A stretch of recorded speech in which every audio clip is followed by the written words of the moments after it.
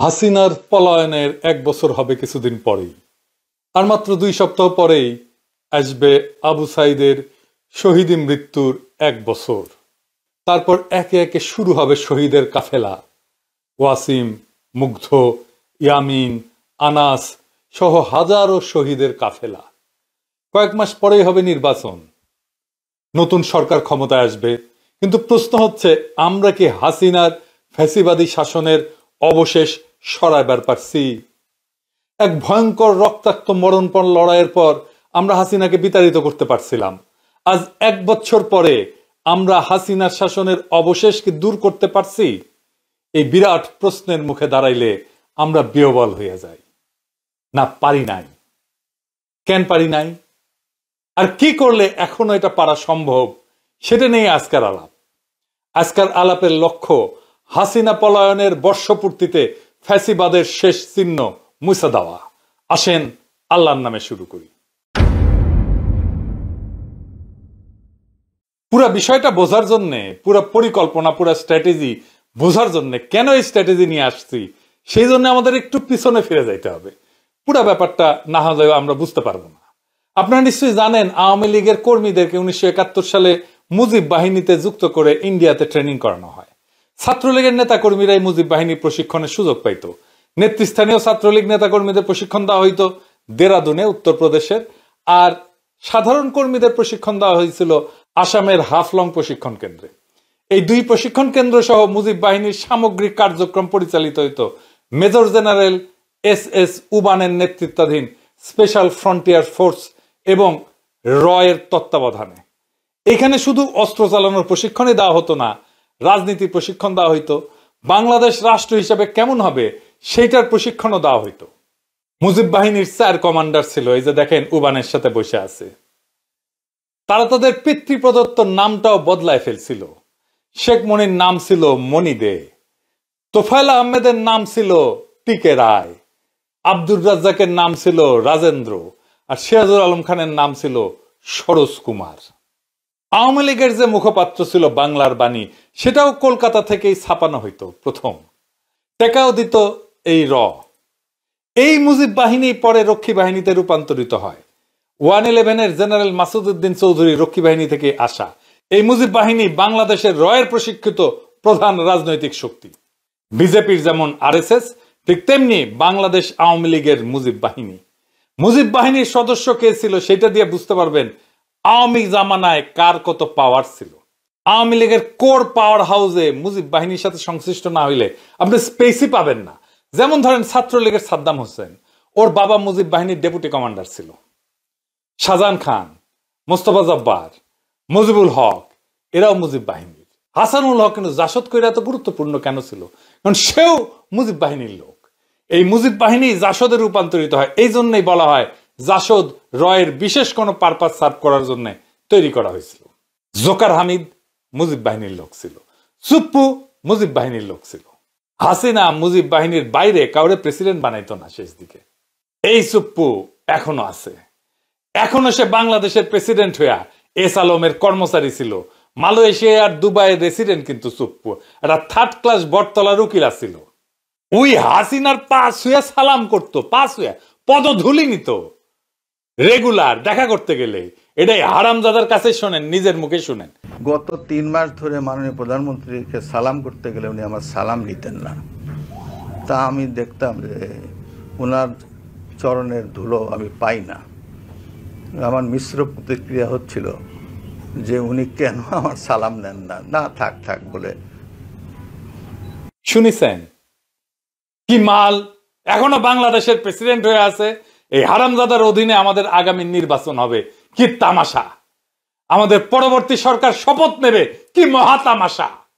আগামী জাতীয় সংসদের প্রথম অধিবেশনে সে বক্তৃতা দেবে, আর আমাদের নবনির্বাচিত সংসদ সদস্যরা এর ভাষণের উপরে ধন্যবাদ প্রস্তাব আইনা বক্তৃতা করবে। হায় হায়, এই ছিল আমাদের কপালে। সে ছাত্রলীগ করতো, সে গর্ব ভৈরা বলে, শুনেন। আপনি কি রাজনীতি করতেন? আমি জি মাননীয় প্রধানমন্ত্রী, আমি ছাত্রলীগ করতাম। যেই বর্বর দল, যেই মাফিয়া গুন্ডা বাহিনী আজকে নিষিদ্ধ, ওরে 5ই আগস্টে পাছায় লাথি দিয়া ভাগায় দেওয়া উচিত ছিল, সেটা হয় নাই।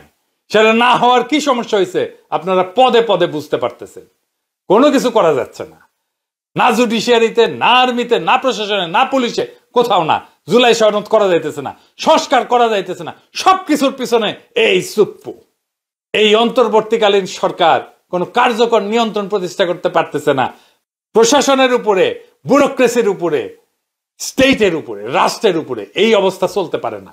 এই অবস্থা আশু পরিবর্তন দরকার, যেন বিপ্লবের অসমাপ্ত কর্তব্য সম্পন্ন করতে পারি।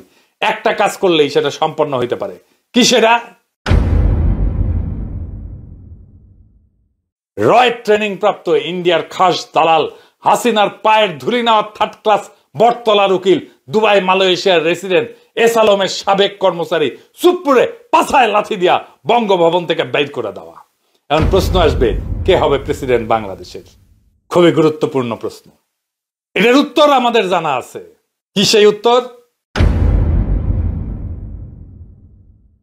একজনই আছেন বাংলাদেশের প্রেসিডেন্ট হওয়ার যোগ্য, তিনি বেগম খালেদা জিয়া, যিনি আমাদের ইতিহাসের মহানায়ক, যিনি আমাদের প্রজন্মকে শিখাইছেন মাথা উঁচু করে লড়াই করতে, যিনি বলছিলেন ওদের হাতে গোলামির জিনজির, আমাদের হাতে স্বাধীনতার পতাকা, যিনি দল মতের ঊর্ধ্বে উঠা আজ জাতীয় ঐক্যের প্রতীক হয়েছেন।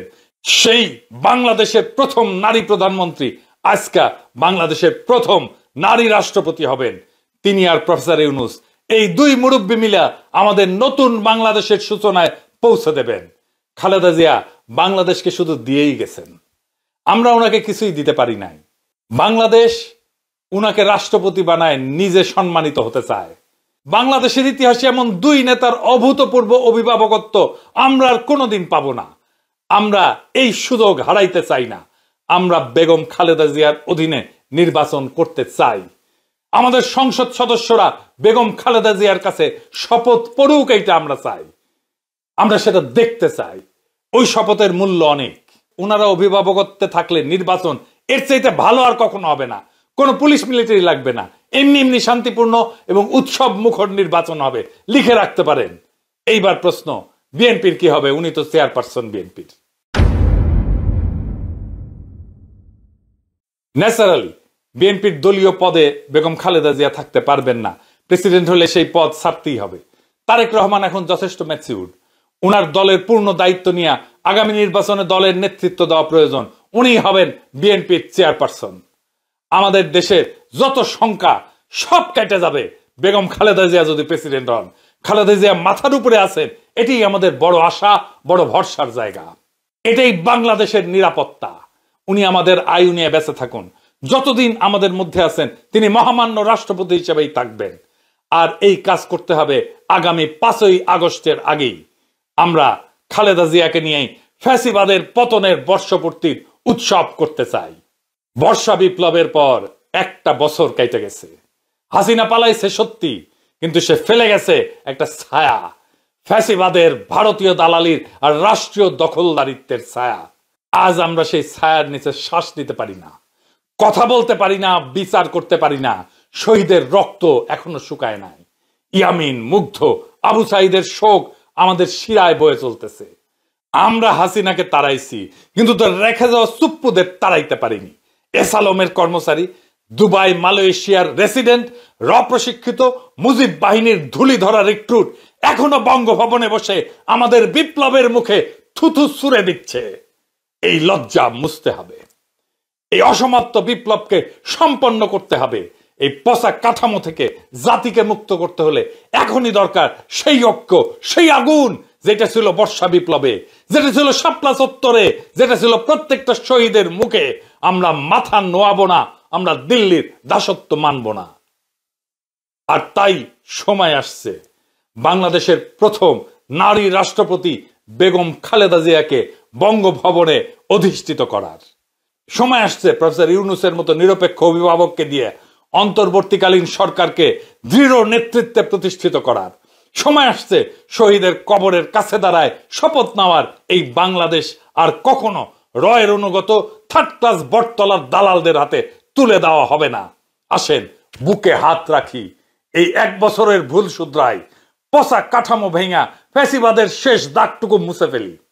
শহীদের রক্ত, আমাদের মা বোনদের কান্না আর আগামী প্রজন্মের মুক্ত নিঃশ্বাস, এই 3টা জিনিস আমাদের তাড়না দিক, আমাদের সাহস দিক, আমাদের পথ দেখাক।